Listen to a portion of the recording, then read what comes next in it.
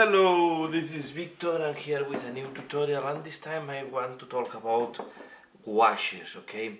How to do washes, uh, what type of washes I use, what are the best places to use washes and where not to use washes.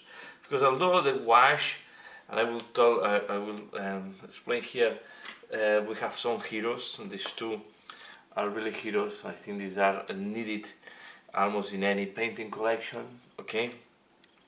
These two washes you can do a lot of effects.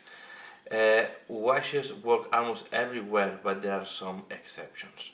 What is a wash? A wash is a very thin paint. Okay, I will show you here. It's a very thin paint that goes into the recesses when it's applied. Sometimes give a slightly coloration, so we'll make your color darker. Okay, so we'll create some darkness, and they are much thinner than the ones that are coming now that are the contrast paints from Games Workshop. So this is really to enhance shading, to enhance the recesses of the miniatures. So it works very well when we have a lot of texture, that like this one here. Works well when we have some texture, and can work well even in some flat areas like this one. So I will show you here on this miniature. You can almost use wash everywhere. But here I have another one. This is Beast of the Rain. We're going to do a wash on this type of shaped smoke or lightnings or magic mist. Okay, but I will tell you, the wash will not work on these super flat surfaces. Here the wash most likely will pull down.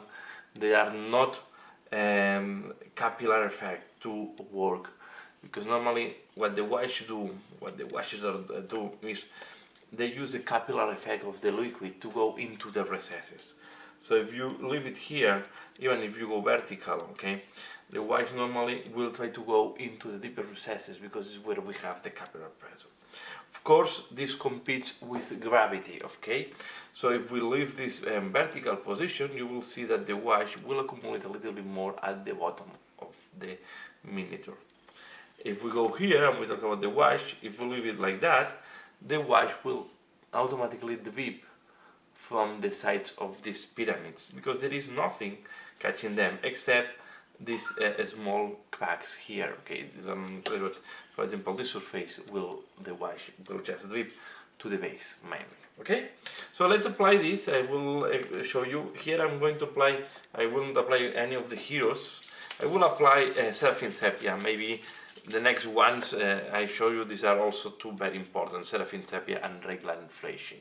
With these two you can do a lot of things. So we are going to apply this miniature, and you will see that depending on the surface, the wash can work better or worse in a way, right? So I'm taking a big brush. You don't need to be precise when you do that, and I always moisture, and I like to start with quite a soft wash, okay? So you can see automatically how all the detail it is starting to pop up, okay? You will see that all these small schools, okay, are automatically very much more visible, and how the wash go into the recesses or into the slots between these schools. Of course, this is a hyper or very texturized surface. Okay, so I will keep applying the wash. You can see it's also where we have this type of backbone structure, and you will see that as well.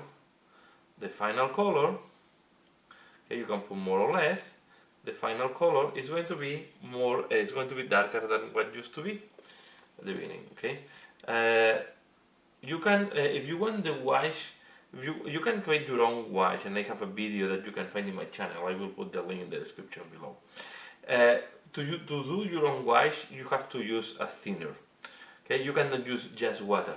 This does not have the texture of the water, does not have the properties of the water. Water have a very have a high surface tension, and this sometimes competes with the wash, with the capacity of the wash to spread all over the miniature. What you want is that the wash is spreading over the miniature fast and goes into the recesses. If you have a lot of surface tension, it will create drops, it will not apply evenly, so you will not have a nice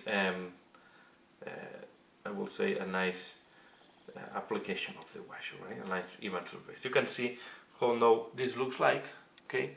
And this is the side without wash, so really it almost do. Then I'm going to show you here the inside, okay? I will avoid, well, I don't need to avoid, but because this type of bubbles I will do it later on like block. You will see when you go to a flat surface, okay, or flatter surface, the wash is not working that well, okay? You see that you have to be careful here. For example, in this type of, I don't know how this is called, the drips of the ship, in a way, okay? The wash will pull in this here in the middle. We have the slot, so that will drain some of the wash, but you will see that, yeah, when we have the texture of the wood, it's working, but in the places where we have this just straight type of beams or drips of the ship, you have to be careful on the wash. And you can see that also naturally the wash tends to accumulate in this recess, or in this where we have the capillary effect of this part making the angle of the slot with the rest of the ship. Okay. So what I will you can see how the wash works in different surfaces. So here almost no problem, but you can see that it starts accumulating at the bottom. Okay. So you have to be careful when apply a lot of big surfaces with wash, if it starts dripping down, because this is very common from the wash, and maybe you need to come back with your brush dry and suck or pull out some of the excess of paint. It's very easy to put excess of wash when you're painting.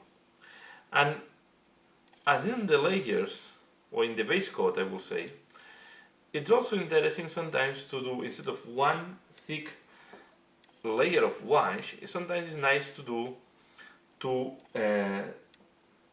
washes with the same colors to achieve the most. Sometimes it will help you to uniform and to make a much clean wash, okay? Because as I said, if you put too much, you will start creating stains, you will start creating pool of the paint, accumulations that you want to avoid all the time, okay? So it's something that you really want to avoid. So you can see how now the inside of the boat is also visible, but because here texture is less deep than here, the wash will not work at the same level. You can see here we can apply second layer already because it's almost dry, and yeah, here we will, in this part, we will need to apply almost 2 layers of wash to ensure that we have all the spaces between the skulls covered with the Seraphim sepia. Okay, so I will let me show you how the skeleton will look like. Okay, so the skeleton, again, we are going to wash everything.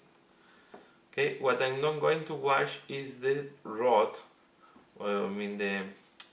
this part, because this will be washed in a different color, and I will show you once this has dry. Okay, so you can see how it looks like now. We have all the details start popping up and so on. So let me finalize this part and I come back. This is another type of surface where we can also apply washes, and here the important is to, we are going to, more than wash, it's going to look like a glaze. So I'm going to use this glaze, this called Weight Watcher. We want to give a more electric green in a way, right? So we are going to apply just this on top, and you will see how the green is changing. We'll also pop up the different details and will help us to make more electric look to this type of smoke. I don't know really if it's smoke, mist or what, but I want to give this magical touch, okay? So you can see how different looks like, and it's going to be the same technique. Here you have to be careful. Here will pull much easily, and it's much easier to have stains because this surface is not as texturized as the one with the skeletic boat, right? So here you have to be more careful. You have to be choiceful if you want the paint to pull or not. But if you see that if there is a place where you don't want it to pull, you just drag your brush, come with your brush, and you remove the paint. Okay, very easy, very easy. With that, you can control what you want to apply the wash, how much green, how much you want to be transparent, or how much you want to be opaque. Okay, I mean this surface, the wash. Okay, the wash normally you want to keep transparency and be more opaque, accumulate more pigment in the recesses. Here, as the recesses are not that obvious, you will see that anyway this thing have texture, but the texture is a little bit flatter, so you see why it's creating this type of small pools. Okay, so I will apply this on all the smoke, and now I will share you the other parts of the boat that they also need to watch.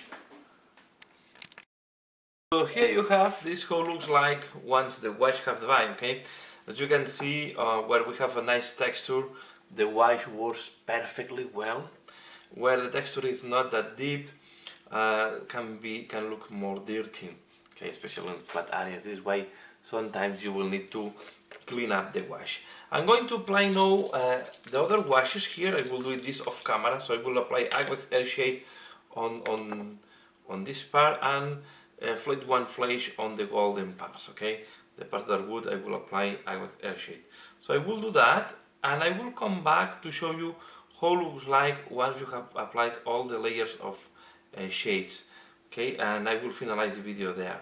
But I wanted to show you, you see here that the texture of the wood is popping up very easily with this shade. Okay, it's going to be very visible, right? I will also show you the final result on the green glaze we have applied on the other miniature. Okay, so I will apply that, I will let it dry, and I come back to show you the final results. So once the wash has dried, this is how it looks like. You can see, so it's showing all the shades. It's not clean everywhere. You can see, as I was explaining, on the flat areas you can have a little bit of accumulation of paint, some parts that we will need to clean up. Okay, but this is how to apply a wash, and I want to show you as well the one that was more like a glaze. Okay, that is this one, but you can see also there is some you can see the sculpt of this type of beams. So this was all for this week. Okay, this week I want to talk about the wash, and next week I will talk about the dry brushing. Okay, so I will show you how I do dry brushing here on the bone parts, how we'll do it here on these parts, and and I hope this will help you to see. And then we are going to talk about layering and cleaning up the washes, because here I cannot do dry brushing. Okay, so all in all, this is more a video to talk about the different techniques, focusing technique by technique each week. So next week we go for dry brushing, and I will try to also start preparing the layering one, because I will try to at least cover 1 or 2 weeks that I'm on holidays. So most likely will be a small stop when I'm on holidays, but I will try to do some videos in advance so I can post them during my holiday period. So that's all for now. I hope you have liked this part of talking about washes. Keep tuned if you want to see the next technique, that is going to be dry brushing, and then we are going to go as well to layering and edge highlight. Okay, as usual, give a like if you have liked this video, share if you think other people can learn for that, especially if you have a friend that is starting on the hobby. And as usual, thanks a lot for watching, and see you again later. Bye.